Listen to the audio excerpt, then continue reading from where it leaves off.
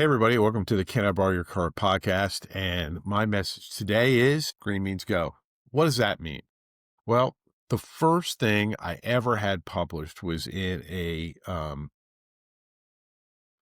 can't even remember the magazine, but it was when I was a intern, when I was a senior at George Mason in the speech communication program. I was interning with Bruce Roffley. I can't remember his name. Incredibly talented PR guy. Man, had his own business, was just an absolute stinking genius. And believed in me, it was really powerful. He had me, after I'd kind of slaved away for a while, had me write an article about my experience as a paratrooper. And the article was called Green Means Go. And just to sum it up really quickly, training addresses fear and allows you to move forward and make better decisions. And that's how, to flip it, referrals don't have to be slow. It's all about how do you train and how do you have a system around performing at your best, right? And also being prepared for things that you didn't anticipate, things that are chaotic. And so anyways, back to the story. When I was a paratrooper in the military, fear is a big part of that. I bet you can relate. I just want you to think about it. You know, I was 18. I'd been through basic training, advanced training, and all of a sudden I was at jump school in the winter of 1987, Fort Benning, Georgia. And man, you're really cold, believe it or not, in Georgia when all you can wear is BDUs. So for formations, but we went through all this training. We did all of this different stuff, and like they know what they're doing in the military. Like people don't understand this, but military training is not a right. It's designed to do one thing. It's not designed to create opportunity for you. It's designed so that more of them die as opposed to you.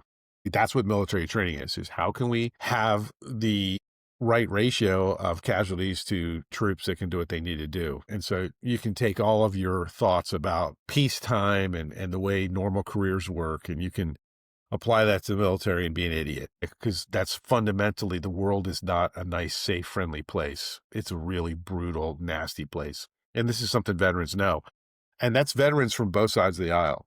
They know the real deal, right? They have different ways that they look at it, but fundamentally they know, because they all, including myself, that they signed a piece of paper, they took an oath that they could be sent to their deaths, right, for a better good. So this is really the essence of fear, because everyone going into the military knows that there's a distinct potential you might go to combat, and many of our friends and family did. So all that being said, I'll never forget my first jump.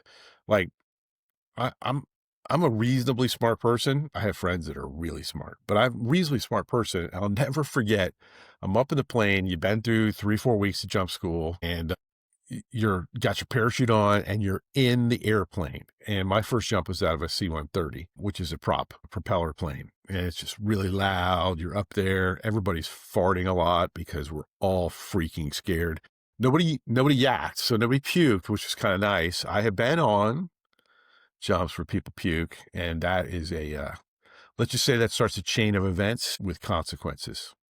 And I have been given the finger by Air Force personnel, and I deserved it on my way out of the plane, because we left and they had to stay with it. Anyways, long story short, you get up, you do all these safety things, and I'm at the back of what they call a stick of troopers, and like shit's real. Like what's going through my brain, and everything was super slow-mo, like an action movie. Was going through my brain was that door's open, that light's going to turn green, and I'm going to jump out of an airplane at 1,500, 2,000 feet. But I don't know. I don't know exactly where we are. I'm in this tin can, and I'll never forget it. I'm like all these thoughts are just rolling through my head. That light turned green, and we all just started walking. I remember inside my brain, I don't think I was yelling it out loud, but inside my brain going, hey, hold on. Wait, what's happening? What's happening? But the training had enabled me to stay safe. So I exited the plane appropriately, parachute opened, I did what I was supposed to do. And I remember going, I just jumped out of a plane, and I didn't want to, but it happened. And how do we apply this to referrals, right? The day I signed up to be in the military was not the day I jumped out of an airplane. There's a process that you go through when you're a soldier that is thought out, designed to help you deal with fear better. If you've read my book, Can I Borrow Your Car? If you haven't, like, come on, it's like $20. Like, go ahead and buy a copy. It'll make you better. Maybe it'll make me like $10 better. It's a good deed for today. Buy two. So anyways, like if you read my book, you realize that airborne experience, that military experience of mine, I'm very proud to be a veteran, is really ultimately what has coalesced into my referral system. My referral system is designed to address the very real, the very prevalent aspect of fear that involves in referring other people and collaborating with other professionals, because there are risks involved, usually not like combat, but there are risks involved. There are relationships that can be damaged. There are businesses that can be severely damaged, if not ruined, when people are inappropriate, when they don't make good decisions. And most of the bad decisions, in the referral process exist from fear. Like, so they exist from being greedy and self-centered, which is a fear of not making enough, a fear of not getting enough, a fear of missing out, right? So when people drive recklessly in the referral process, it's almost always driven by fear. It's a fear that hasn't been realized. They haven't been able to externalize what they're doing so that they can observe it with a little bit of distance. Additionally, they're not able to then contextualize that fear across a whole bunch of other relationships. And then they're not able to see the damage that they do. So the other part of fear in the referral process is that because it does involve relationships and we don't want to be a wreck the car, right? That referrals take longer. And it's simply not true. It's simply not true. We don't have to wait longer than other forms of marketing by referral. We just need to do it right. And so speed in the referral process, speed in collaboration is a resource allocation kind of game. You need to understand what you've invested in. I love investment advisors. Like financial advisors are my people. These are the people I love working with. I enjoy all businesses. I'm super curious. ADHD works for me, but I just really love this. I love how great investment management and great financial planning so perfectly encapsulates how I look at referrals, being a fiduciary, dollar cost averaging, not making crazy decisions. So back to green means go.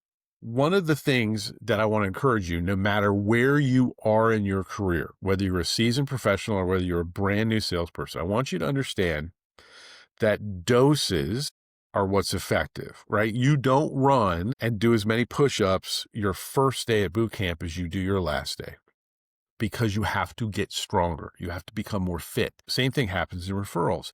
Ironically, going slower, but strategically, will dramatically increase the speed to great results. That's the whole secret with this game.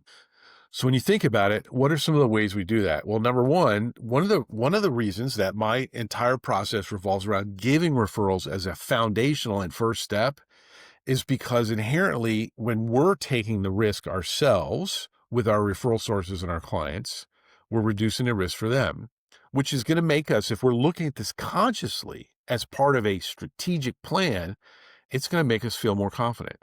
We're going to be aware of risk and we're going to mitigate that risk. And ironically, or not ironically, I don't know, when you are consciously explaining why you're doing what you're doing in the referral process, doing the macro, I love referrals, how can I help you? And then doing the follow-up, not only are you reducing the chance of something going wrong, you're dramatically increasing the chance of not losing a relationship if something does. And it will happen.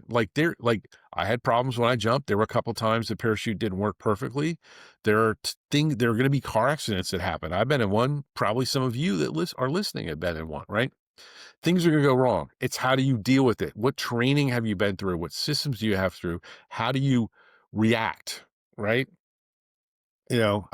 Tim Kite and his son, Brian, now, Tim, I hate cancer. Tim passed away, but he had this system called E plus R equals O. Events plus your response equals outcome, right? And one of the things that the military is really good about is they are expecting events. People die in training all the time. We call it KIT, killed in training, right? Especially in special operations, right? So people die in training all the time. And so they are expecting that there will be events, and they know those events will have outcomes. Events plus your response equals outcome.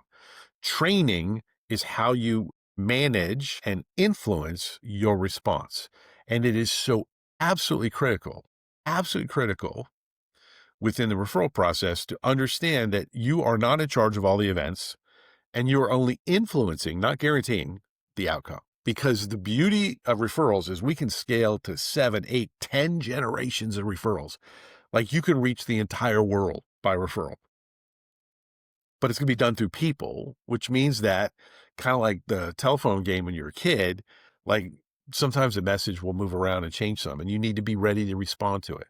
So kind of land in this plane, like hopefully I will never land as many times as I have jumped out of planes. I've flown a lot though. Maybe it's gotta be sometime soon. Long story short, nothing like landing safely, whether you're in the plane or you're in a parachute. How do we apply this? Give referrals, but don't try and give sales transactions. Instead, look for referral partners, look for centers of influence that you're a COI for, and get to know them well enough that you can introduce them. So a great, great, great example happens all the time, but it happened yesterday. I found out that somebody that I was looking to help out shared something dramatically in common with the person I wanted them to meet. And it just made so much stuff easier. That's why I kind of journal on LinkedIn about being an autism dad sometimes, and why I talk about fly fishing, because I'm trying to make it easy for the person that really wants to have a consultant, have a coach, have an advisor that shares things with them. Why shouldn't they? You do. So here's the deal. I want you to start giving on purpose. I want you to understand that that is how we train ourselves to get more referrals later. All right. So let's get to boot camp. Let's be effective. But most of all, let's understand that the only way that we can really grow our businesses and remain 100% human is to do it with referrals as a core element. All right. Have an awesome day. Be a safe driver and be a cool human. Okay.